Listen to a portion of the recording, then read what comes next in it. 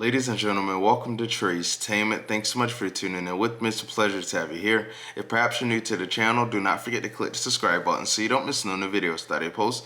In today's video, Manhattan DA Alvin Bragg just got some terrible news. Some are calling for an investigation on how the case was handled by the incoming Trump administration because they see how everything took place, but there's something there that they may suspect. Check this video out. Veteran Daniel Penny has been cleared of all charges connected to the death of Jordan Neely on a New York City subway. But now some in the city want an investigation into how the Manhattan DA's office handled the case. New York City Councilwoman Vicky Palladino is urging the incoming Trump administration to launch a federal civil rights probe into the case, and she joins me now. Councilwoman, good morning to you. So, first of all, what was your initial reaction when this verdict came out yesterday? I think everybody just went, whew. It was over. It was done. It was clear what we thought on Friday, that how many really were hung in this jury? How many were actually baffled by the verdict? But I also said they're going to give them the weekend. So over this weekend, they knew that they were sent in to convict him no matter what. And I think they were. As soon as I heard this kind of took me back. And then it just makes me look back at what happened with President-elect Donald Trump throughout his entire campaign, how things took place. You know, he was in and out of these courtrooms paying all of these fines, and he didn't give up on the people, you know. And I look back at that because I'm like, think about it. He had so many cards stacked against him. So many cards stacked against him, you know. He was being called so many names, and he still did not give up on the people. He pushed right through it.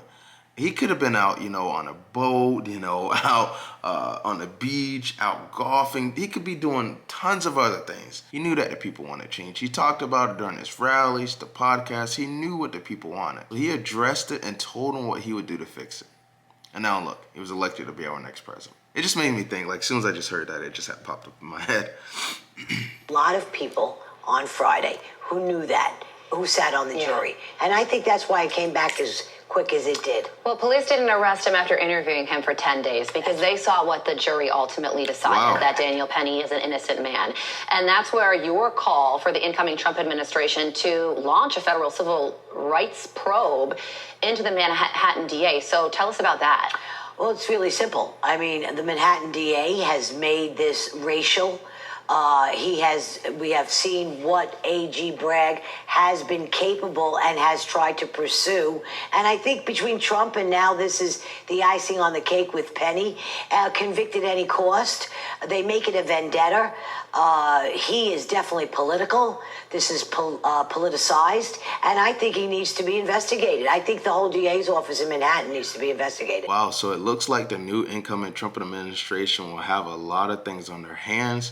I mean, I think that President-elect Donald Trump is building an elite team and putting the right people in the right position so that certain things can get taken care of. But, you know, all of these cabinet picks that President-elect Donald Trump is picking, you know, you just keep hearing so many things about them. Like, they did this, they did that. And I think what President-elect Donald Trump is doing is looking at what happened during his first term and making sure that he has the right people for the right position so that things that happened during his first term won't happen again during this term.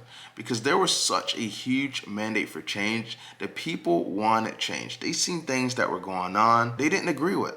They wanted change. They wanted to push for a better future. They seen how everything was taking place, you know, with all of these cases, the economy, the border, and they wanted change.